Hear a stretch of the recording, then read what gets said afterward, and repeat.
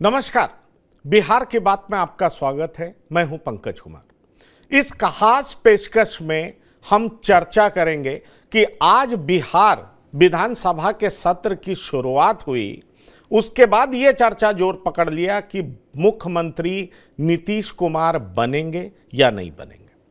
जहां तक सवाल है बीजेपी के नेताओं का, तो वो कहते रहे उनके नेतृत्व में चुनाव लड़ा जाएगा और मुख्यमंत्री जो बनता है वो बीजेपी की पार्लियामेंट्री बोर्ड तय करती है।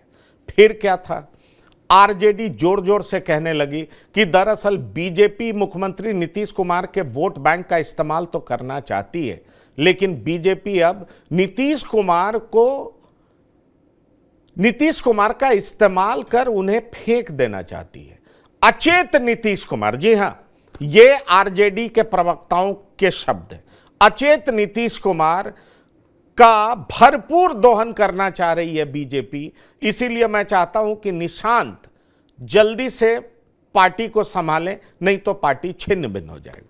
और पार्टी छिन्न भिन्न हो जाएगी, यह बात तो गोपाल मंडल भी कह रहे हैं कि निशांत का वेलकम है। सवाल यह है कि निशांत पावर सेंटर बनने जा रहे हैं, और पावर सेंटर निशांत बनने जा रहे हैं तो इसके पीछे जेडीयू की क्या मजबूरी है।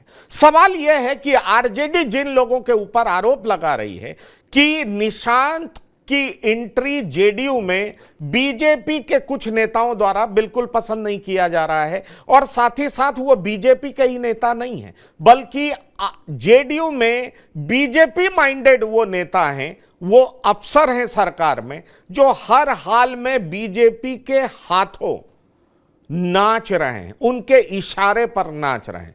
तो इसलिए उस क्राइसिस को दूर करने के लिए निशांत का पार्टी पर मजबूत पकड़ बनाना मजबूरी है। पर सवाल यह है कि निशांत पावर सेंटर बनते हैं तो क्या वाकई निशांत को खतरा बीजेपी से है? क्या जेडीयू को खतरा बीजेपी से है? क्या बीजेपी जेडीयू को खा जाएगी? और ऐसा सवाल इसलिए भी उठ रहा है क्योंकि मंटू पटेल, जिन्होंने कुर्मी सम्मेलन कराया, उनको मंत्री बना दिया गया। डॉक्टर सुनील नालंदा से आते हैं, कुशवाहा समाज से आते हैं, उनको मंत्री बना दिया गया। नीतीश कुमार के गृह जिले में बीजेपी ने मंत्री बनाया, वो भी किसको? कुशवाहा समाज के लोगों को। मंटू पटेल जो कुर्मी समाज से आते हैं, उनको मंत्री बनाया गया, जिन्होंने कुर्मी सम्मेलन कराया था। दरअसल बीजेपी क्या नीतीश के वोट बैंक पर भी नजर डाले हुई है? वाकई बीजेपी जेडीयू को खत्म कर देना चाहती है? क्या बीजेपी नीतीश के वोट बैंक का इस्तेमाल कर नीतीश कुमार को फेंक देना चाहती है? और इसीलिए निशांत सबसे पहले शर्त रखते हैं कि पिताजी को मुख्यमंत्री का उम्मीदवार घोषित किया जाए। दरअसल निशांत को किससे डर है, इस बारे में हम आपको बताने जा रहे हैं, इसकी चर्चा करने जा रहे हैं, और हमारे साथ कुछ मेहमान जुड़ेंगे। लेकिन इन सारे वाकयों के बारे में अलग अलग नेता क्या कह रहे हैं वो हम आपको सुनाते हैं, उसके बाद शुरू करेंगे चर्चा। पहले तो कहने की जरूरत नहीं पड़ती थी, अब कहने की भी जरूरत पड़ रही है। हमने तो निशांत हमारे भाई हैं, उनका आदर है, सम्मान है। हम तो चाहेंगे कि भाई जल्दी आ जाए, नहीं तो भाजपा खा जाएगी जदयू को। और शरद जी की बनाई हुई पार्टी है, जल्दी आना चाहिए, कमान संभालना चाहिए। अगर निशांत आ जाएंगे तो पार्टी बच जाएगी, नहीं तो एक कुछ संभावनाएं रहेंगी कि शायद बच जाए। वो तो निशांत कैसा काम करेंगे पार्टी के लिए वो होगा। हम लोग भी राजनीति में, तो हमारे माता पिता या परिवार के लोग थोड़ी बोले कि आ जाओ राजनीति में। जरूरत हुई लोगों को, बिहार के लोगों को, हमारे वोटर्स को, हमारे कार्यकर्ताओं नेताओं ने कहा कि नहीं आना चाहिए, हम आए। निशांत को आने से राजनीति में कौन रोक रहा है? बार बार तेजस्वी क्यों कह रहे हैं? सर एक मिनट, कौन रोक रहा है? सर इसको तो बताइए। आप लोग रोक रहे हैं? बिहार लोकतंत्र की जननी की भूमि है, और लोकतंत्र का जो भी तपस्वी बनेगा उसको कोई रोक नहीं पाएगा। हर तबके के लोगों को आह्वान करते हैं कि वोट करें। विकास किया है पिताजी ने। पिछले बार आप लोगों ने 43 सीट दे दिया, तब भी उन्होंने विकास का क्रम जारी रखा। तो इस बार थोड़ा सीट बढ़ाना मांगता है, ताकि आगे भी पिताजी विकास जारी रखें। चर्चा ये हो रही है कि आप राजनीतिक में आने अरे चलिए कार्यकर्ताओं की भी डिमांड और अपने पार्टी के कार्यकर्ताओं को भी मैं आह्वान करता हूं, जाइए जन जन तक पिताजी की नीतियां जो उन्होंने 19 साल में काम किया है, विकास किया, उसको जन जन तक पहुंचाएं। जनता को मालूम होना चाहिए ना कि क्या होना चाहिए, उसमें कमी नहीं होनी चाहिए, तब जाके जनता समझे कि हाँ ये लायक है तो ठीक है। 25 में भी मुख्यमंत्री नीतीश कुमार जी एनडीए भी घोषित करें और हमारे जेडीयू भी कार्यकर्ता सारे नेता सब मिलकर घोषित करें, एनडीए भी घोषित, सीएम है और सीएम के उनके नेतृत्व में हमारी सरकार बने, फिर से विकास का क्रम जारी रखे। तो सुना आपने ये क्या कह रहे हैं, बड़ा गंभीर मसला है। सवाल यह है कि बीजेपी से डर क्या वाकई जेडीयू को है? और निशांत जो कह रहे हैं कि पिछली बार 43 सीटें दिया था फिर भी पिताजी ने विकास किया, अब और जिताइए। फिर यही निशांत कहते हैं मुख्यमंत्री का उम्मीदवार घोषित करिए। तरह तरह की बातें सामने आ रही है। जब विजय सिन्हा से पूछा जाता है तो कहते हैं लोकतंत्र की जननी की भूमि है और इसका जो उपासक बनेगा वो नेता बनेगा। सवाल यह है कि बीजेपी और जेडीयू के बीच में कुछ चल रहा है क्या, और ये शहमात का खेल कहाँ जाकर के रुकेगा, किस रूप में चल रहा है, इसको हम समझने का प्रयास करते हैं। हम आपको बताएंगे। हमारे साथ जुड़ रहे हैं कुछ मेहमान जिनसे आपका परिचय करा दें। हमारे साथ प्रियदर्शी रंजन जुड़ रहे हैं, वरिष्ठ पत्रकार, आपका स्वागत है। हमारे साथ श्याम किशोर चौबे जुड़ रहे हैं, वरिष्ठ पत्रकार, आपका भी बहुत स्वागत है। श्याम किशोर जी, आपको लग रहा है कि निशांत को पावर सेंटर बनाने के पीछे जेडीयू को बचाने की एकमात्र मंशा है? क्योंकि ये चर्चा जोर पकड़ चुकी है कि बीजेपी और जेडीयू में बीजेपी से आयातित कुछ नेता अब जेडीयू को पूरे तरीके से बीजेपी को सौंप देना चाह रहे हैं। आपको इस बात में कितना दम दिखाई पड़ता है? देखिए, इस बात में दम हो चाहे नहीं हो, सवाल है कि नीतीश कुमार बहुत हद तक अपना जो कहिए अपने चरमोत्कर्ष को प्राप्त कर चुके हैं राजनीति में। जब वो इंडिया में थे, इंडिया का जब वो फॉर्मेशन करा रहे थे इंडिया ब्लॉक का, और उस समय ये प्रधानमंत्री बनने के दावेदार थे, इनकी इच्छा थी कि मैं प्रधानमंत्री बनूं। लेकिन एनडीए में जब फिर वापस आ गए तब अब मुख्यमंत्री तक ये सिमट गए हैं। और आपको याद होगा कि एनडीए में आने के पहले विधानसभा में नीतीश कुमार ने महिलाओं के प्रति कितनी अभद्र टिप्पणी की थी। तो नीतीश कुमार का ये कहिए कि एक उम्र जनित प्रभाव हो सकता है कि थोड़ा वो डिरेल्ड नजर आते हैं। ऐसी स्थिति में इस चुनाव में ही अपने बेटे को लॉन्च करने की जो वो कोशिश कर रहे हैं, मेरे ख्याल से अपनी राजनीतिक विरासत बचाने के लिए अच्छा ही कर रहे हैं। लेकिन और अगर ऐसा नहीं करेंगे तो जेडीयू में फिलहाल अभी तो ऐसा कोई आदमी नजर नहीं आता, ऐसा कोई नेता नहीं नजर आता है कि जो नीतीश कुमार की बराबरी का हो और नीतीश कुमार की तरह पार्टी को संभाल सके। रही बात भाजपा की, तो जो नेशनल पार्टीज होती हैं उनका अपना एक कैरेक्टर होता है। पहले कांग्रेस ऐसा करती थी, अब भाजपा करती है, या अभी भी कांग्रेस जहां मौका मिलता है करती ही है कि अपने सहयोगी दलों को धीरे धीरे क्षीण करो, अदरवाइज तो आप दूसरे के कंधे पे ही चलते रहेंगे। आपने देखा अभी महाराष्ट्र में कैसे हुआ, महाराष्ट्र में गेम कैसे पलट गया और वहां भाजपा आ गई सत्ता में। तो और पार्टी के अंदर भी, हर पार्टी के अंदर कुछ न कुछ खटपट चलती रहती है। और जो बड़े दल हैं वो वहां अपने लोगों को की पैठ बनवा देते हैं, या वहां जो बैठे लोग हैं वो उधर लपक लेते हैं, लपक लेने के इच्छुक होते हैं कि बड़ी पार्टी में जाएंगे, उसके साथ रहेंगे या उसका ज्यादा समर्थन करेंगे तो मुझको ज्यादा लाभ होगा। ऐसी स्थिति में, और जो अभी कहा गया कि निशांत कुमार के लिए कि वो आएंगे तो आते ही वो कैसा करिश्मा कर लेंगे, ये अभी तो देखने की बात होगी ना। हर कोई नहीं, हेमंत नहीं, सोरेन हर वो कोई हेमंत सोरेन, तेजस्वी या फिर आपका वो इस ढंग के तो होते नहीं हैं। वो अखिलेश वो यादव की सारी तरह। बात है, लेकिन बात यह है कि उनके पार्टी से भी एक विधायक हैं गोपाल मंडल, कह रहे हैं कि नहीं आएंगे। मृत्युंजय शर्मा जी भी जुड़ गए हैं, आपका स्वागत है मृत्युंजय जी।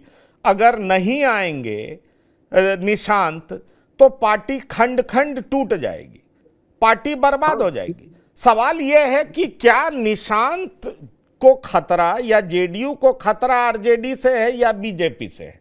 मैं इस लिहाज से भी पूछ रहा हूं मृत्युंजय जी, आप बेहतर जवाब दे पाएंगे इसका, कि जो कुर्मी सम्मेलन कराता उसको बीजेपी मंत्री बना दे रही है। तो क्या आप जेडीयू के कोर वोट बैंक में भी आपको लगता है कि बीजेपी नजर रखे हुए है? डॉक्टर सुनील कुशवाहा समाज से आते हैं, नालंदा में उनको मंत्री बना दिया जाता है। तो इसका मतलब यह लगाया जाए कि वाकई जेडीयू की नजर नीतीश कुमार के आधार वोट बैंक पर है। भाजपा या राजद से ज्यादा खुद से होगा, क्योंकि देखिए इतिहास रहा है हमारे देश में कि जो भी पार्टियां, खास करके क्षेत्रीय या छोटी पार्टियां, अगर उन्होंने बहुत क्लियरली अपनी जो लेगेसी है और अपने अपने अपने नेक्स्ट जनरेशन को पास नहीं की है, तो उन पार्टियों पर खतरा मंडराने लगा है। अब बहुत क्लियर एग्जांपल्स देख लीजिए। बिहार में राजद आज तक सक्सेसफुल है क्योंकि उन्होंने तेजस्वी को कमान दे दी। लोजपा में देखिए कितना इंटरेस्टिंग हुआ कि लोजपा में पशुपतिनाथ जी को पार्टी अलॉट कर दी गई, फिर भी आज अगर जाके अगर वोटर से पूछेंगे कि किसको मानते हैं वो लोजपा, तो चिराग पासवान का नाम लेंगे। बगल में देखिए आपके सपा इसलिए बच गई क्योंकि अखिलेश यादव के पास चली गई। आप बसपा की हालत देखिए, बसपा की हालत खराब हो गई और फाइनली जाके मायावती आज वही कर रही है और आकाश आनंद को आगे कर रही है, ममता वही कर रही है। आप डीएमके देख लीजिए, शिवसेना देख लीजिए। बीजू जनता दल की हालत इसलिए खराब है क्योंकि क्लियर सक्सेशन नहीं है। तो आप इसे अच्छा बोलिए बुरा बोलिए, लेकिन ये एक फीचर है इंडियन पॉलिटिक्स में। और मतदाता भी वो ना किसी बाहर के व्यक्ति से, किसी नए नेता से एक क्षेत्रीय पार्टी को आइडेंटिफाई नहीं कर पाते हैं, क्योंकि उन्हें आदत है एक नेता देखने की, और जनरली वो जो अगला नेता भी देखना चाहते हैं उसी उसी परिवार से आता हुआ देखना चाहते हैं। तो ये चीज बहुत अच्छे से जदयू के सभी कार्यकर्ता समझ रहे हैं, उसके सभी नेता भी समझ रहे हैं। जो उनके सबसे बड़े नेता हैं वो भी जानते हैं कि अगर उनकी पर्सनल महत्वाकांक्षा भी हुई कि वो जदयू के सबसे बड़े नेता बन जाए, लेकिन वो जानते हैं कि सिर्फ उनसे वो पार्टी नहीं चल पाएगी, आम मतदाता आइडेंटिफाई नहीं करेगा उनसे इस पार्टी को। इसलिए एज अ फेस एटलीस्ट लाना जरूरी है नीतीश जी की फैमिली की ही अगली पीढ़ी को।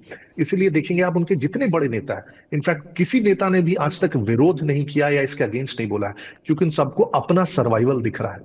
तो बहुत क्लियर है कि अगर वो अगली पीढ़ी पे नहीं जाएगा तो फिर उसमें असंतोष बढ़ेगा, पार्टी में टूट की स्थिति आएगी, और फिर तो कुछ, मैं ये नहीं बोल रहा हूं कि एक ही तरफ जाएंगे, कुछ लोग हो सकता है राजद की तरफ चल जाए, कुछ भाजपा की तरफ चल जाए, कुछ और छोटी पार्टियों की तरफ चल जाए।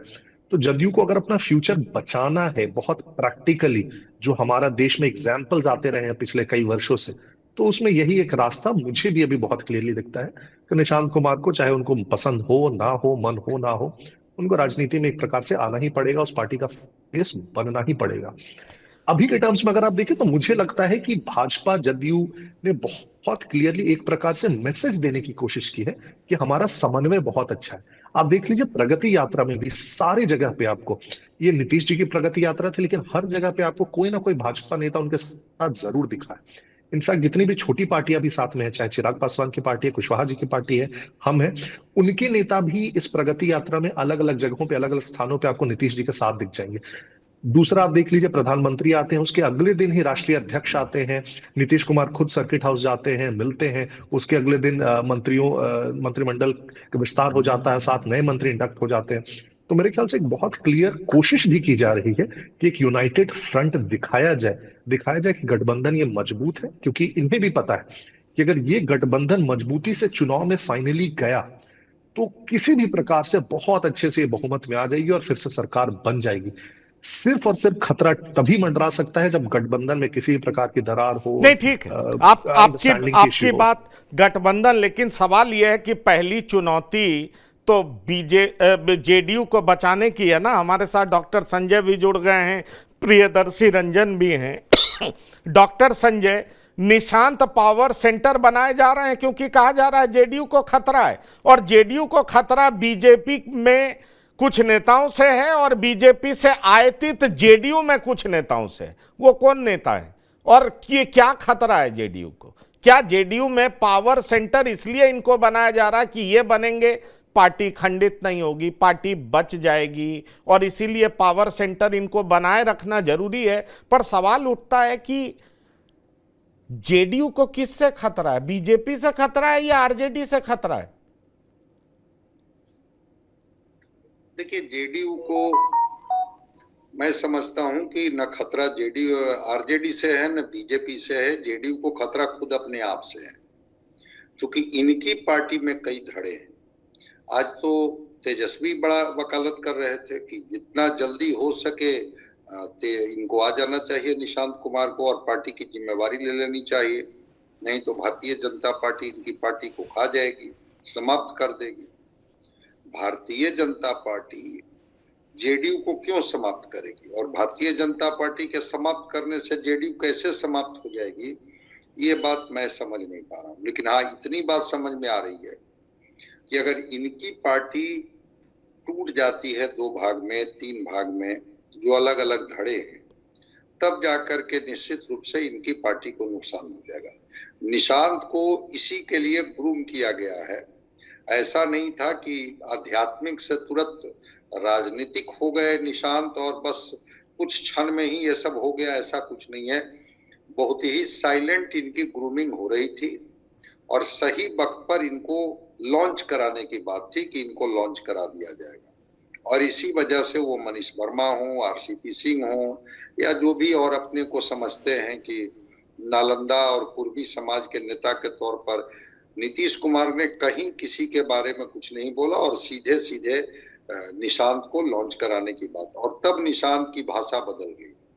वो निशांत की भाषा बदल गई डॉक्टर संजय, लेकिन आज भी आप देखिए सदन में चर्चा में ये बात है ना कि मुख्यमंत्री कौन होगा। नेतृत्व नीतीश कुमार का होगा, मुख्यमंत्री कौन होगा। और चर्चा में यह बात क्यों नहीं होना चाहिए जब खुद निशांत कह रहे हैं पिताजी को मुख्यमंत्री का उम्मीदवार घोषित करिए। इस सब के पीछे मुझे एक बात तो नजर आ रही है, जो आरोप विपक्ष लगा रहा है कि दरअसल बीजेपी नीतीश कुमार का इस्तेमाल करना चाहती है और फिर दिल्ली के तर्ज पर मुख्यमंत्री का चुनाव कर लेगी।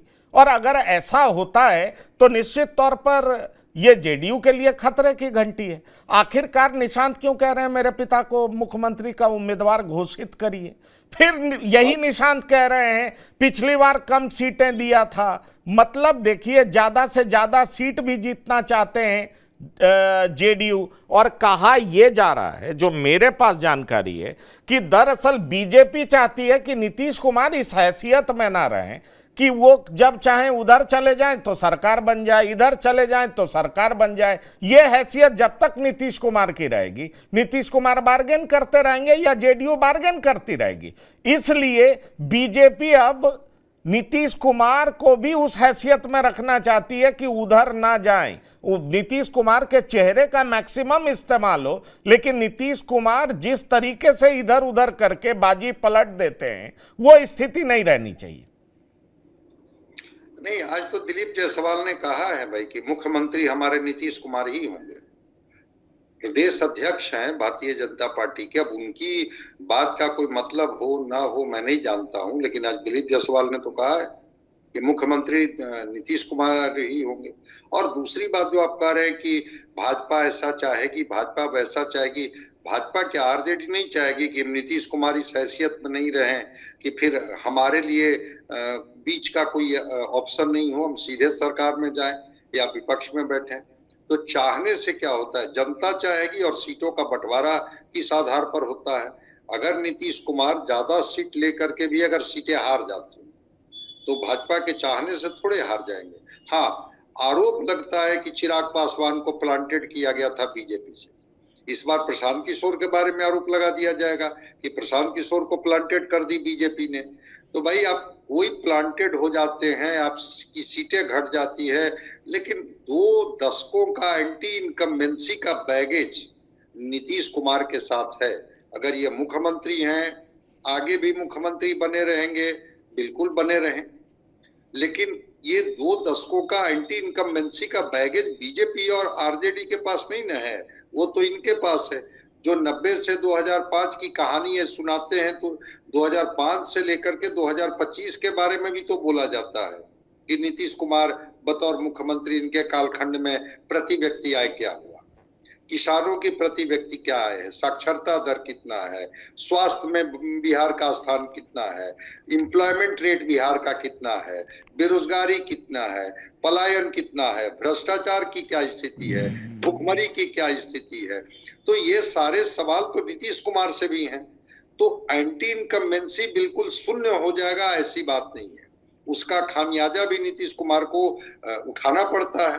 देखते हैं बीजेपी इनको कितना कट साइज कर देती है, जिससे ये कट साइज हो जाती है। कट साइज कर देती है, पर तेजस्वी यादव ने कहा है ना प्रियदर्शी रंजन की खतरा बीजेपी से है। आपको क्या लगता है बीजेपी के किन नेताओं से खतरा है, या जेडीयू में बीजेपी से आयतित कौन नेता हैं जो बीजेपी के इशारे पर काम कर रहे हैं? आखिरकार तेजस्वी यादव पूरी आरजेडी उन लोगों पर आक्रामक क्यों है? देखिए निशांत आ रहे हैं, उनका वेलकम कर रही है आरजेडी, लेकिन आक्रमण बीजेपी पर कर रही है। तो अभी भी आरजेडी की लड़ाई बीजेपी से है। और जेडीयू के बारे में, नीतीश कुमार के बारे में आरजेडी कहती है अचेत नीतीश कुमार का फायदा भरपूर तरीके से उठाना चाह रही है बीजेपी, नीतीश अचेत हो गए हैं, ये बात कही जाती है। प्रशांत किशोर कहते हैं मानसिक स्वास्थ्य ठीक नहीं है, अपने मंत्रियों का नाम बिना पेपर देखे हुए बता दें तो मैं मान लूंगा, एक एक सीट पे उनको हरा देना चाहिए, ये सारी बातें करते हैं। सवाल उठता है कि पावर सेंटर अब निशांत बनने जा रहे हैं, तो क्या एकमात्र विकल्प रह गया है जेडीयू को बचाने का? और जेडीयू को बचाने का एकमात्र विकल्प निशांत रह गए हैं, तो खतरा है किससे जेडीयू को? क्या अपने ही घटक दल बीजेपी से है, या वाकई खतरा आरजेडी से है? क्योंकि कहा यह भी जाता है कि देखिए बीजेपी ने लाख प्रयास किया हो, लेकिन ओबीसी चेहरा कोई स्थापित नहीं हो पाया है। और ओबीसी चेहरा स्थापित नहीं हो पाया है, इसलिए जैसे ही बीजेपी अपने को इंपोज करेगी, ओबीसी वोट खंडित हो जाएगा, ईबीसी वोट खंडित हो जाएगा, और इसका पूरा लाभ मिलेगा आरजेडी को। और आरजेडी को पूरा लाभ मिलेगा, इसलिए बीजेपी सत्ता में नहीं आ पाएगी। यह भी एक लॉजिक दिया जाता है। इसलिए एन केन प्रकारेण उनको जेडीयू को सामने रखना ही पड़ेगा, और पीछे से पूरी ताकत से बीजेपी को कमान संभालना होगा। आपको क्या दिखाई पड़ता है? देखिए, भारतीय जनता पार्टी पहले वाली अब पार्टी नहीं रही है। बिहार के बारे में भी उसका मिजाज बदला है, और इस बदले हुए मिजाज में मैं क्या कहना चाहूंगा कि देखिए, भारतीय जनता पार्टी का जो क्षेत्रीय नेतृत्व है अभी भी नीतीश कुमार के चेहरे पर बहुत भरोसा करता है। आप 10 में से 8 क्षेत्रीय नेताओं को सुनेंगे तो वे कहेंगे कि नीतीश कुमार के बगैर हमें चुनाव में जाने से नुकसान होगा, या वे चुनाव में नहीं जाना चाहते। 2 ही ऐसे नेता मिलेंगे जो कहेंगे कि नहीं, हमें नीतीश कुमार से अलग होकर के, उनकी बैसाखी से अलग होकर के, उनके बार्गेन पॉलिटिक्स से अलग होकर के चुनाव लड़ना चाहिए, खुद को आजमाना चाहिए। वहीं आप अगर भारतीय जनता पार्टी के राष्ट्रीय नेतृत्व पर जब बात करेंगे तो उनका जो राष्ट्रीय नेतृत्व है बहुत पहले से, अटल आडवाणी युग के खात्मे के बाद से मन बना चुका है कि बिहार में हम नीतीश कुमार को बहुत ज्यादा बर्दाश्त नहीं करेंगे। नीतीश कुमार साथ तो रहेंगे, लेकिन उनका कद उस मुकाबले नहीं रहेगा कि वो बड़े भाई की भूमिका में रहें। लेकिन क्षेत्रीय पार्टियों के दबाव में जो भारतीय जनता पार्टी का राष्ट्रीय नेतृत्व है बार बार झुक जाता है। आप अमित शाह के ही उदाहरण से समझिए। अमित शाह ने कहा कि पार्लियामेंट्री बोर्ड तय करेगा। अमित शाह की हैसियत नंबर 2 की है पार्टी में नरेंद्र मोदी के बाद। उसके बावजूद बिहार के क्षेत्रीय नेताओं ने एक सुर में कहा कि नहीं, हम नीतीश कुमार के साथ हैं, ऐसा कुछ नहीं है, नीतीश कुमार हमारे मुख्यमंत्री हैं। तो ये कुल मिलाकर के मामला चल रहा है कि क्षेत्रीय नेतृत्व नीतीश कुमार से अलग होने को तैयार नहीं है, जबकि राष्ट्रीय नेतृत्व दिल्ली में, हरियाणा में, महाराष्ट्र में, उड़ीसा में चुनाव जीतने के बाद, छत्तीसगढ़ में चुनाव जीतने के बाद पूरा मूड बना चुकी है कि बिहार में भी उसकी पूर्ण सत्ता होनी चाहिए, उसका मुख्यमंत्री होना चाहिए। और खास करके दिल्ली चुनाव के बाद भारतीय जनता पार्टी के निशाने पर बिहार है। उसका जो सेना है भारतीय जनता पार्टी, वो का जो पूरा दल बल है, वो बिहार में अपना मुख्यमंत्री बनाने के लिए कवायद कर रहा है। और देखिए, ये जो लड़ाई जो चल रही है, निशांत को लाना या नहीं लाना, जो बातें हो रही हैं, कहीं जो कहा जा रहा है तेजस्वी यादव का जो बयान है या भारतीय जनता पार्टी जो इशारों में कर रही है और जनता दल यूनाइटेड पर जो आप खतरा बता रहे हैं, उसमें सच ये है कि नीतीश कुमार की पार्टी में टूट हो सकती है। एक धड़ा आरजेडी के साथ जा सकता है और एक धड़ा भारतीय जनता पार्टी के साथ जा सकता है। मजबूत धड़ा भारतीय जनता पार्टी के साथ जा सकता है। संजय झा का इतिहास ही उठा करके देख लीजिए, जो कार्यकारी अध्यक्ष रहे हैं। ललन सिंह जो नीतीश कुमार के बाद, मानिए या न मानिए, अभी भी जनता दल यूनाइटेड के संगठन पर नंबर 2 की हैसियत रखते हैं। उनका भी झुकाव प्रियदर्शी रंजन, सवाल यह है कि इन दिनों निशांत के पीछे वो लोग हैं जो पार्टी में एक्टिव नहीं है और जो कोई विजिबल चेहरा नहीं है। डॉक्टर संजय कोई विजिबल चेहरा नहीं है, लेकिन उनको ज्यादा चिंता है कि जेडीयू बचे तो कैसे बचे। जो जेडीयू में नीतीश कुमार के सिपह सलार हैं, वो इन लोगों की नजरों में शक के घेरे में, उनको लग रहा है कि ये या तो आरजेडी के हाथों पार्टी को सौंप देंगे या बीजेपी के हाथों पार्टी को सौंप देंगे। भले ही वो पार्टी के कार्यकर्ता नहीं हो, लेकिन वो ये बात कहते हैं कि कुर्मी का ताज किसी और जाति के उस पास नहीं जाना चाहिए। उनको डर है इस बात का कि नीतीश हटे तो ये ताज किसी और को चला जाएगा, वो यादव को चला जाए, वो किसी और जाति में चला जाए, इसकी चिंता उनको है। तो सवाल ये उठता है कि ये लोग जो पार्टी के कार्यकर्ता नहीं है, दिखते नहीं है, पर वो तैयार कर रहे हैं किसको? तो वो तैयार कर रहे हैं निशांत को।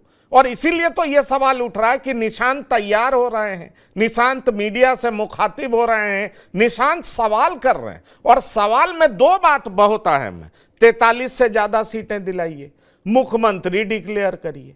एक तरफ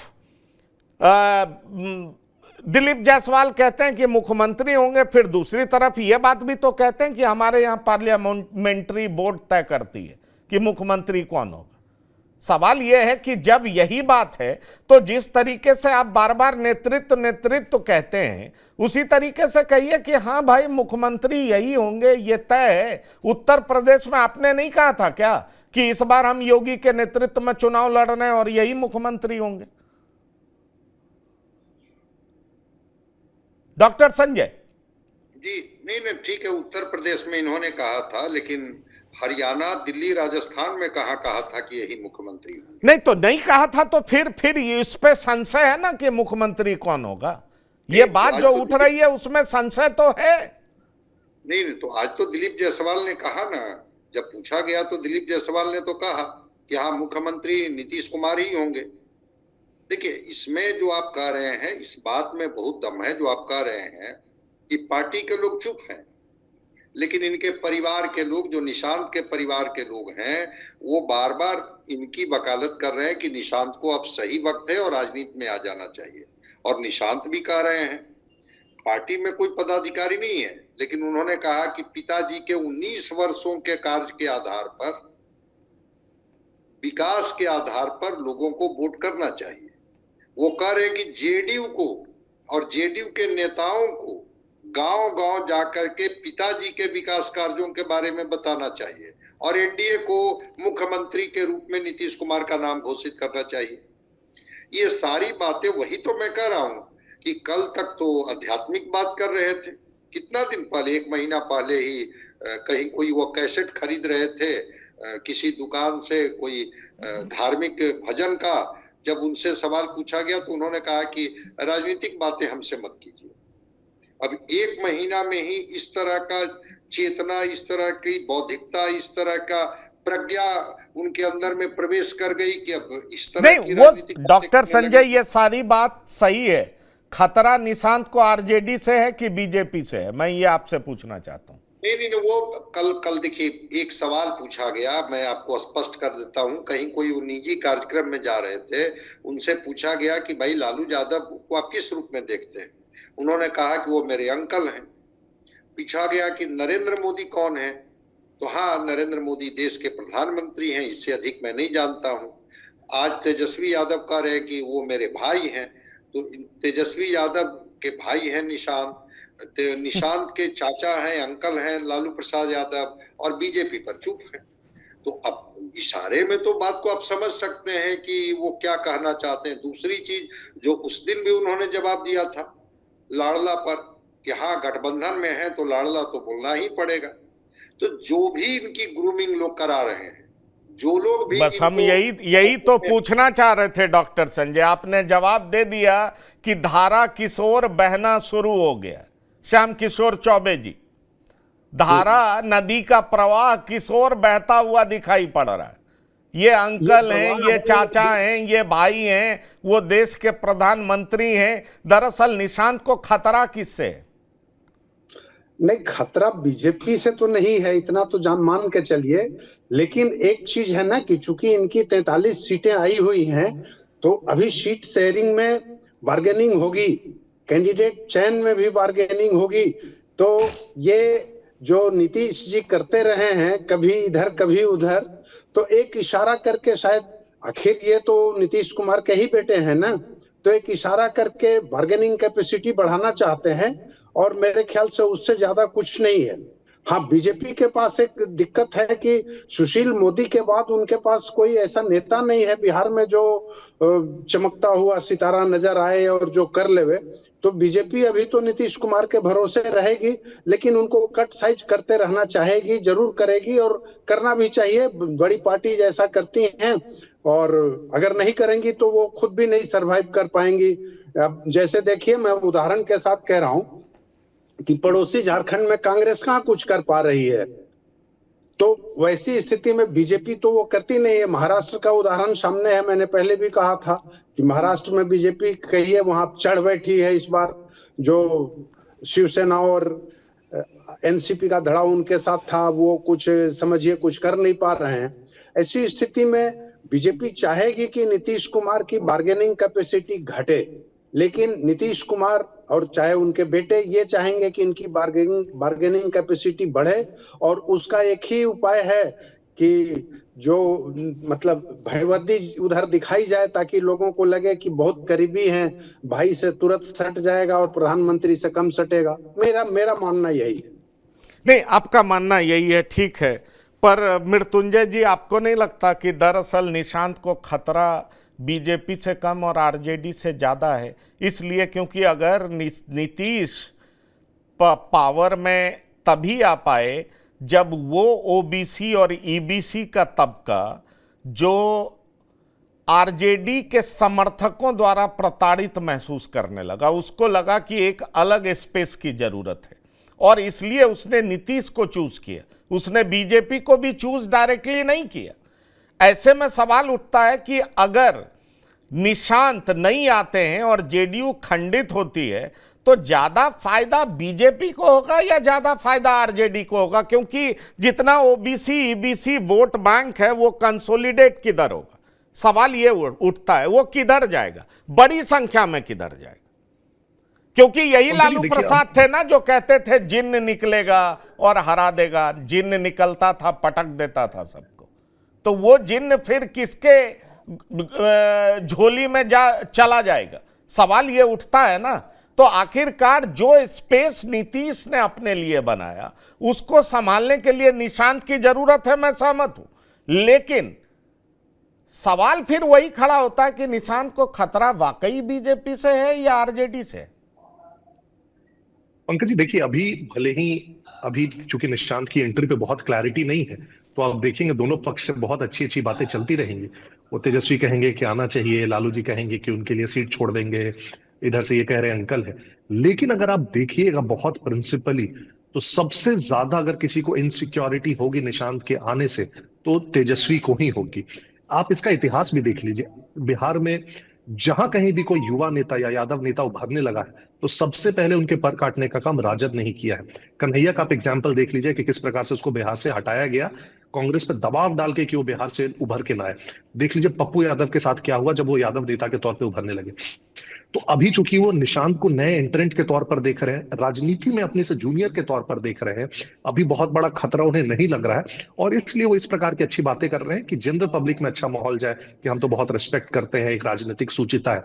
लेकिन जब निशांत की एक्चुअल में एंट्री हो जाएगी, जब निशांत असर्ट करने लगेंगे, चीजों पे बोलने लगेंगे, युवा नेता के तौर पे उभरने लगेंगे, तब आप देखिएगा सबसे ज्यादा रेजिस्टेंस अगर कहीं से आएगा तो वो लालू परिवार से ही आएगा। क्योंकि उनको बहुत क्लियर उनकी सोच है कि तेजस्वी के अगेंस्ट हमारे सामने बिहार में कोई युवा नेता, यादव नेता, ओबीसी नेता नहीं पनपना चाहिए, और जितना उसके पनपने को रोक सकते हैं उतना रोकिए। अभी के उनके निशान को सपोर्ट करने का पूरा इंटेंशन बस यही है कि किसी प्रकार से जदयू में जो, जैसे क्योंकि लालू जी नीतीश जी को बहुत अभी ऑफर दे चुके हैं, खुले बाहें हैं, दरवाजे खुले हैं, आ जाइए, तो जेडीयू में जो भी उनका थोड़ा बहुत सिंपैथाइजर है आरजेडी का, वो चाहते हैं, किसी प्रकार से कोशिश कर रहे हैं कि निशांत के माध्यम से, उन सिंपैथाइजर्स के माध्यम से जेडीयू को अपने से नजदीक लाया जाए, किसी प्रकार से अपने पाले में लाया जाए। क्योंकि आरजेडी को भी बहुत क्लियर समझ है, और खासकर लालू जी उतने शातिर राजनीतिज्ञ, उनको समझ है कि बिना जदयू के किसी भी हाल में सत्ता में तो वो नहीं आने वाले हैं। और निशांत को एक प्रकार से मुझे लगता है वो सिंपथाइजर के तौर पर देख रहे हैं कि किसी प्रकार से अभी राजनीति में बहुत ज्यादा दोनों तरफ से कोई ऐसा क्लेश नहीं है, कोई ऐसा इतिहास नहीं है क्लेश का, तो किसी प्रकार को उनको अपना सिंपथाइजर बनाए जेडीयू के अंदर, ताकि कल को अगर निशांत की सेब बढ़ती है जेडीयू के अंदर ही, या पावर का हस्तांतरण होता है जेडीयू का निशांत की ओर, तो वो राजद से ज्यादा करीब हो और ना कि बीजेपी से। लेकिन लॉन्ग टर्म में सबसे ज्यादा आप देखिएगा, और मार्क कर लीजिए मेरे वर्ड्स को, सबसे ज्यादा अगर आक्षेप लगाना और इस प्रकार के क्लेश और इस प्रकार के राजनीतिक कट को छोटा करने का प्रयास होगा अगर निशांत का, तो वो राजद की तरफ से होगा, लालू जी की तरफ से होगा और तेजस्वी की तरफ से ही होगा। पंकज जी, बिल्कुल तेजस्वी के तरफ से होगा। तो यही तो सवाल उठ रहा है कि दरअसल तेजस्वी जो अभी बार बार निशांत को वेलकम कर रहे हैं कि निशांत आइए, आप पार्टी ज्वाइन करिए, संघियों से बचाइए, बीजेपी से बचाइए, दरअसल क्या प्रियदर्शी रंजन वो निशांत को अपनी तरफ बुलाने का प्रयास कर रहे हैं? शायद उनको बेहतर पता है कि बगैर नीतीश सत्ता में नहीं आया जा सकता है, इसलिए ये बेहतर तरीका है कि अभी ही बुला लो और कहो कि तुम्हारी पार्टी में आयतित नेता हैं, ऐसे अफसर हैं जो बीजेपी के इशारे पर काम कर रहे हैं, और इसलिए तुम इधर आ जाओगे तो तुम्हारी पार्टी बच जाएगी। पर पार्टी को बचाने के लिए निशांत को तेजस्वी से बचने की जरूरत है, जैसा नीतीश कुमार अपने पूरे पॉलिटिकल करियर में करते रहे हैं, या उनको बीजेपी से भी डरना पड़ेगा? दोनों के बीच में से कैसे निकालना है? क्योंकि अगर आप उनके परिवार के लोगों की बात सुने, जो कि अब कैमरे पर भी सुनाई पड़ती है कि 13 से 14% वोट लूट करके चला जाएगा, पार्टी लूटा जाएगा, ये जैसे कोई संपत्ति हो जो पार्टी लूटा जाएगा, इसलिए निशांत को आना ही चाहिए। मैं वही बात करना चाह रहा हूं, पार्टी लूटा जाएगा, बर्बाद हो जाएगा, मतलब जो भी अभी नीतीश कुमार के इर्द गिर्द हैं उन पर भी भरोसा नहीं। देखिए, है क्या कि नीतीश कुमार के बाद कुर्मियों की राजनीति क्या होगी ये तय होना है। सबसे बड़ा सवाल ये है कि कुर्मी लोग कहाँ जाएंगे। अगर निशांत राजनीति में नहीं आएंगे तो नेचुरली वो भारतीय जनता पार्टी की ओर चला जाएगा कुर्मी वोट बैंक। लंबे समय से भारतीय जनता पार्टी के साथ गठबंधन में जनता दल यूनाइटेड है, उससे एक संबंध बना हुआ है। पटेल के साथ, गुजरात के पटेल के साथ कुर्मी लोग अपने आप को जोड़ते हैं, वहां से भी भारतीय जनता पार्टी के साथ झुकाव बनता है कुर्मियों का। तो इस लिहाज से तेजस्वी यादव पुक कर रहे हैं या प्रेशर दे रहे हैं, एक तरीके से कहिए, या सहला रहे हैं कि निशांत राजनीति में आ जाएं। अगर निशांत राजनीति में आ जाएंगे तो जनता दल यूनाइटेड कुछ दिनों तक ही सही, आगे आने वाले दिनों में जिंदा रहेगी, और वो एक बारगी जो भारतीय जनता पार्टी की ओर जो वोट बैंक झुक सकता है, उसका कोई एक थर्ड गारंटर रहेगा, खुद में एक गारंटर रहेंगे, निशांत रहेंगे। और निशांत जिस तरीके से नीतीश कुमार कभी इधर कभी उधर होते रहे हैं, तो निशांत भी इधर और उधर होते रहेंगे, तो उस लिहाज से आरजेडी के लिए भी भविष्य में मौका रहेगा। तो मुझे ये लग रहा है, क्योंकि सबसे बड़ा खतरा जिस तरीके से भारतीय जनता पार्टी भविष्य की चाल चल रही है, भविष्य में क्या होगा नीतीश कुमार के बाद, उस पर निगाहें भारतीय जनता पार्टी की। और भारतीय जनता पार्टी को मालूम है कि ये पटेल वोट को अपने साथ एकजुट करना बेहद जरूरी है। और आज भी यकीन मानिए, जो बात ओबीसी और ईबीसी की हो रही है, उसमें एक बड़ा धड़ा आरजेडी और जनता दल यूनाइटेड से ज्यादा भारतीय जनता पार्टी की ओर भी झुकाव रखने लगा है। बदला है माहौल भारतीय जनता पार्टी का, पूरे देश में परिप्रेक्ष्य बदला है, उसी तरीके से बिहार में भी माहौल भारतीय जनता पार्टी के लिए बदला है। तो उस बदलाव का संकेत इसमें आप देखिए कि निशांत को किस तरीके से राजनीति में लाने का प्रयास किया जा रहा है। जितना नीतीश कुमार नहीं कर रहे हैं, उससे ज्यादा विरोधी दल के नेताओं के द्वारा किया जा रहा है। नहीं, पर वो तो दिखावटी है ना डॉक्टर संजय। मैं आपको बताऊं, जेडीयू के ही बड़े नेता कह रहे हैं कि बीजेपी रैटल्ड है, वाकई बीजेपी रेटल्ड है। रेटल्ड तो बीजेपी भी होगी, आरजेडी भी होगी, इसलिए होगी क्योंकि भाई नीतीश कुमार के वोट बैंक पर नजर तो बीजेपी की है ना, क्योंकि 2 कुर्मी विधायक थे, उसमें से एक को मंत्री बना दिया, वो भी कौन, जिसने कुर्मी सम्मेलन कराया। नालंदा से एक डॉक्टर सुनील कुशवाहा समाज से आते हैं, उनको मंत्री बना दिया, उपेंद्र कुशवाहा को राज्यसभा भेज दिया, सम्राट चौधरी चेहरा बन गए हैं। तो लव कुश में डेंट मारने का प्रयास बीजेपी कर रही है, ये तो दिखाई पड़ रहा है काफी समय से कि कैसे कुश को अपनी तरफ जोड़ा जाए। अब तो बीजेपी लव को भी अपने तरफ करने का प्रयास कर रही, और इसी बात को बार बार इंगित कर रही है कौन, तो इंगित कर रही है आरजेडी। वो ये तो कह रही है कि भाई समझ जाओ तुमको खतरा है। देखिए, कहीं पर निशाने और कहीं पर निगाहें वाली बात जो होती है, भाई इतने ही नीतीश कुमार और नीतीश कुमार के भविष्य के प्रति ये चिंतित हैं, तो ये माई से माई कैसे लोकसभा में हो गया था? ये कुशवाहा समाज को ये तोड़ कैसे लिए थे? 1-2 सीटें कुशवाहा का बढ़ा दिए थे, और उसके बाद कुशवाहा समाज का ओरिएंटेशन मगध और शाहाबाद में तो कुशवाहा ने वोट कर दिया था इनको, आरजेडी को। नीतीश कुमार को टारगेट करते हैं तेजस्वी, 20 साल में कुछ नहीं किया। राज्यपाल के अभिभाषण पर कह रहे थे कि नीति आयोग की रिपोर्ट क्यों नहीं पढ़ देते हैं राज्यपाल, कि 20 वर्षों में नीतीश कुमार ने बिहार में क्या किया। ये क्या पढ़ रहे हैं अभिभाषण? नीतीश कुमार को कह रहे हैं कि ये अंतिम कैबिनेट विस्तार है, इसके बाद उनको मौका नहीं मिलेगा, और निशांत के प्रति हमदर्दी जता रहे हैं। देखिए, न इनको हमदर्दी निशांत के प्रति है, न नीतीश कुमार के प्रति है। इनको अपनी रोटी सेकनी है, और उसमें ये बार बार चाहते हैं कि किसी भी तरह से जेडीयू और बीजेपी के बीच में दरारें इतनी बढ़ जाए कि जिसकी वजह से ये गठबंधन ना हो पाए। और जब गठबंधन नहीं होगा, श्याम किशोर चौबे जी इससे सहमत होंगे कि जैसे ही ओबीसी का पोलराइजेशन होगा बिहार में, आरजेडी को जीतने में बहुत आसानी हो जाएगी। यही चाहते हैं। बिल्कुल उनको बिल्कुल बिल्कुल बिल्कुल करना है, न उनको नीति ये करना है। बिल्कुल। तो दरअसल श्याम किशोर चौबे जी, आप भी इस बात से सहमत हैं कि निशांत के लिए बेहतर एलाई बीजेपी ही है, उनका पॉलिटिक्स बीजेपी के साथ ही बेहतर सत्ता है? देखिए, इसमें तो कोई शक नहीं है कि ये बेहतर एलाई है उनका, लेकिन तेजस्वी जो चल रहे हैं as a party, as a opposition party leader, वो अपने ढंग से ठीक चल रहे हैं। जैसा कि डॉक्टर साहब ने कहा कि इनमें टूट होगी तो फायदा उनको होगा, ले दे के यही है चुनावी चाल। चलिए, तो प्रियदर्शी रंजन, सवाल ये उठता है कि निशांत के बारे में जो शिवानंद तिवारी कह रहे थे कि बड़ा मैच्योर्ड पॉलिटिशियन की तरह बयान दे रहे हैं, क्या निशांत के बयान में आप मैच्योरिटी देखते हैं?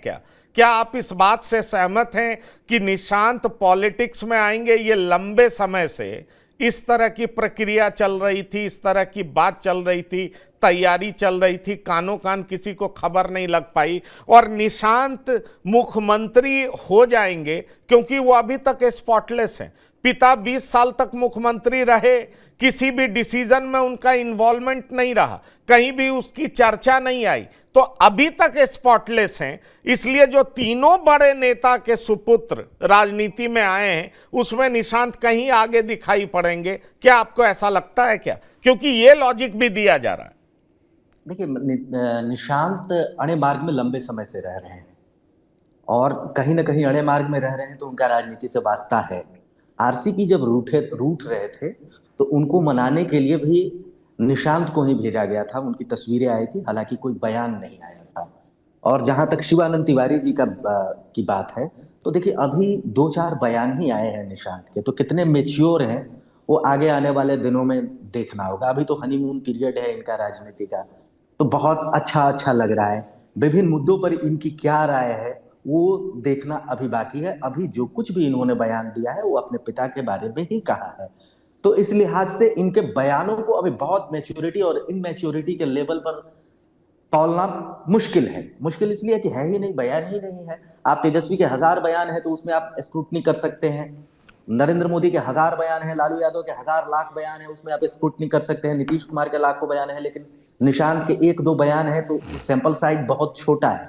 और क्या राजनीति में इनका भविष्य होगा ये मालूम नहीं है, लेकिन जिस तरीके से इनकी पर्सनालिटी है, बहुत सुअर पर्सनालिटी है, तो और जिस कास्ट को ये बिलोंग करते हैं, कुर्मी कास्ट को, वो बहुत सुअर कास्ट है, तो वहां इनकी स्वीकार्यता रहेगी, इस बात से इनकार नहीं किया जा सकता है। आने वाले दिनों में जनता दल यूनाइटेड के चेहरा होंगे, इस बात से भी इनकार नहीं किया जा सकता है, क्योंकि भारतीय जनता पार्टी, माफ करिएगा, जनता दल यूनाइटेड में नंबर 2 की हैसियत रखने वाले किसी नेता में ये क्षमता नहीं है कि वो नीतीश कुमार की विरासत को संभाल ले।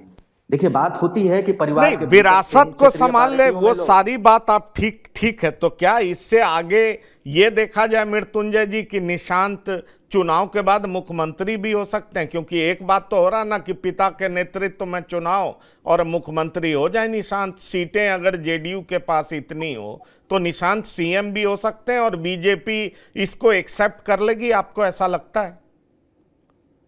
नहीं पंकज जी, मुझे लगता है जो निशांत की एंट्री की बातचीत चल रही है वो ठीक है। चुनाव चूंकि वो माहौल होता है जब पार्टी को नेताओं की सबसे ज्यादा जरूरत होती है, एंट्री का सही मौका होता है, लेकिन मुझे लगता है ये पार्टी के लिए ज्यादा है और चुनाव के लिए कम है इनकी एंट्री, क्योंकि पार्टी को बचाने का जो मुहिम है उसमें इनकी एंट्री ज्यादा हो रही है। चुनाव से बस क्या होगा, मुझे लगता है जो इनका एक्सपीरियंस होगा वो बहुत स्पीडन अप हो जाएगा, क्योंकि चुनाव में जाएंगे, अगर हो सकता है, मुझे अभी भी उस पर डाउट है, हो सकता है चुनाव लड़े भी तो वो मैक्सिमम मेरे को लगता है एक्सटेंड होगा जहां तक इनका रोल होगा। इनका रोल अभी भी एकदम आप बोलेंगे कि डिसीजन मेकर की तरह या चीफ लीडर की तरह नहीं होगा। मुझे लगता है इस वर्ष अगर निशांत एंट्री भी करते हैं तो उनका रोल एक इंटर्न की तरफ आप देख सकते हैं, एक ऐसे व्यक्ति की तरह जो राजनीति में आए हैं, अभी सीखने का प्रयास करेंगे, नीतीश जी भी सिखाने का प्रयास करेंगे, इनको बहुत ज्यादा एक्सपोज भी नहीं करेंगे चुनाव के पहले। ये भी मुझे बहुत इंपॉर्टेंट लगता है। ज्यादा से ज्यादा मैक्सिमम होगा तो इन्हें चुनाव लड़वा दिया जाएगा, कुछ क्षेत्रों में प्रचार के लिए भेज दिया जाएगा, घूमने के लिए भेजा जाएगा। जो बेसिक इंटेंशन होगा वो सिखाने का इंटेंशन होगा, ताकि वो सीख के राजनीतिक रूप से परिपक्व हो जाए और एक प्रकार से पार्टी की आने वाले दिनों में कमान संभाल सके। वो ज्यादा इंपॉर्टेंट इंटेंशन है। तो मुझे नहीं लगता कि सीएम वाले रास्ते पे किसी प्रकार की चर्चा भी होगी, कोई इस चीज को एक्सेप्ट भी करेगा, वो मुझे बहुत दूर की कौड़ी लगती है। डॉक्टर संजय, अगर आप ये जो मंत्रिमंडल विस्तार हुआ, अगर आप इसको देखें तो तमाम जातियों को मिनिस्ट्री दिया गया है। आपको नहीं लगता कि जो जेडीयू का वोट बैंक है उस पे बीजेपी की बड़ी कड़ी नजर है, और इसीलिए निशांत के लिए बड़ा चैलेंज होगा कि बीजेपी के साथ रहे, आरजेडी से दूरी रहे और वही पॉलिटिक्स करते रहें जो उनके पिता पिछले 20 साल से करते रहे? देखिए, बीजेपी के बारे में कहा जाता था कि ये चाल चरित्र चेहरे की पार्टी है, और विचारधारा पर, दो विचारधारा के बारे में कहा जाता है कि ये देश में चाहे वो वामपंथी विचारधारा हो या दक्षिणपंथी विचारधारा, लेकिन भारतीय जनता पार्टी को लगा कि जब तक जो जातीय बिसात बिछाई जाती है और उसके बाद जो वोट की फसल काटी जाती है, हम जातीय समीकरण को नहीं साधेंगे, तब तक हम और मजबूत नहीं हो पाएंगे। शायद वहीं जाकर के हम रुक जाते हैं। ध्रुवीकरण तो होता है, लोकसभा में तो उसका लाभ हमें मिलता है, लेकिन विधानसभा में हम कमजोर पड़ जाते हैं। भारतीय जनता पार्टी ने वही किया है, जातीय और क्षेत्रीय संतुलन को साधने की कोशिश की है।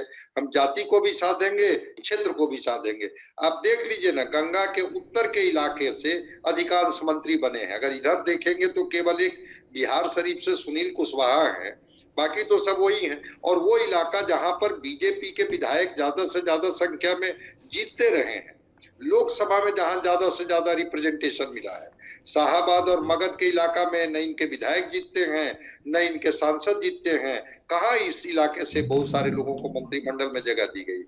तो क्षेत्रीय संतुलन कि अगर वहां के लोग हमें वोट करते हैं तो हम उनको मंत्रिमंडल में जगह देंगे, संगठन में जगह देंगे, महत्वपूर्ण पदों पर जगह देंगे। और दूसरा जो जातीय समीकरण, मैंने कहा ना कि 70% इस बार के मंत्रिमंडल में भी ओबीसी ईबीसी को जगह दी गई है, 30% में 2 सवर्णों को मंत्रिमंडल में जगह दी गई है। तो भारतीय जनता पार्टी भी वही जातीय समीकरण को साधी है कि हम मौका देंगे, वैश्य को भी देंगे, हम केवट समाज को भी मौका देंगे, हम जो है से ओबीसी को भी देंगे, ईबीसी को भी देंगे। तो इस तरह से जातीय संतुलन और क्षेत्रीय संतुलन आप देखिएगा तो मिथिलांचल भी है, कोसी भी है, तिरहुत भी है, वो उस इलाके के अधिकांश लोगों को मंत्रिमंडल में जो 7 मंत्री बने हैं उसमें अधिकांश लोग उसी इलाके से आते हैं। तो बीजेपी भी उसी सामाजिक समीकरण के इर्द गिर्द बिहार में राजनीति कर रही है। भाजपा संगठन में भी ज्यादा से ज्यादा ओबीसी और ईबीसी के लोगों को जगह दे रही है, ज्यादा से ज्यादा मंत्रिमंडल में उन लोगों को जगह मिल रही है, इस वजह से कि ताकि हम आरजेडी के उस जातीय कार्ड को डाइल्यूट कर सके। कितना बीजेपी सफल होगी ये तो भविष्य बताएगा। चलिए, तो ये बड़ा इंटरेस्टिंग है, इसलिए सवाल ये उठता है कि निशांत क्या पिता की राजनीति को आगे बढ़ा पाएंगे ठीक उसी तरीके से जैसे नीतीश कुमार ने बखूबी पिछले 20 साल से बिहार में अपनी राजनीति चलाई है और अपनी प्रासंगिकता कायम रखी है। बिहार के बात में इतना ही। मृत्युंजय शर्मा जी, श्याम किशोर चौबे जी, प्रियदर्शी रंजन जी और डॉक्टर संजय कुमार, बिहार की बात में शिरकत करने के लिए बहुत बहुत धन्यवाद और शुक्रिया। तो बिहार की बात में इतना ही। ताज़ा तरीन खबरों के लिए आप लगातार देखते रहिए TV9। धन्यवाद, नमस्कार।